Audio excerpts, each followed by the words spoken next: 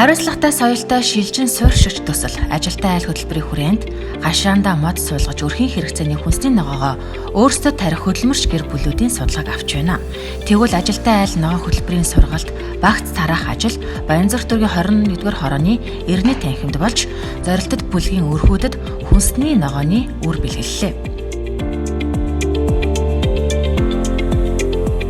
Ажилтаа айл гэдэг хөтөлбөрт бид нэг 50 орчим өрхийг хамруулад зарим нь одоо ногоо тарин хашаанда, зарим нь мод тарих юм. Тэгээ эхний ээлжинд энэ одоо ногооны өрнүүдээ олголоо нэг 10 төрлийн төмөсний суулгаж суулган 10 төрлийн үр өглөө иргэдтэй. Тэгээ одоо эх орныхоо хөрсөнд хашаанда өөрхөө гараар хүн ногоо тариад тэрийг хүнсэндээ хэрэглэх.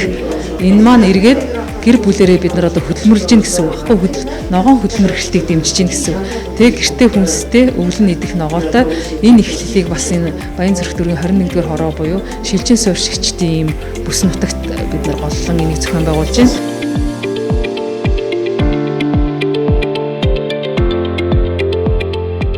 Нэг аль хашаанда 9 төрлийн ногоо болон төмөс тарих юм. Өдөрлөгт 20 орчим үр хамрагдаж ногоо тарих ажилтаа боллоо. Хорон дээр өнөөдөр хурж ирсэн чинь энэ гэр төслийн ногоон төслийг явагдаад их гоё юунтаа уулзлаа.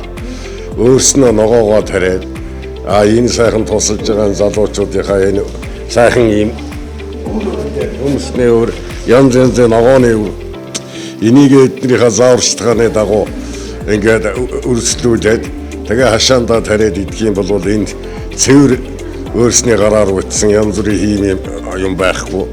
Ийм сайхан ногоо цагаа идэж болох наа. За энэ үнд их баярлж байна.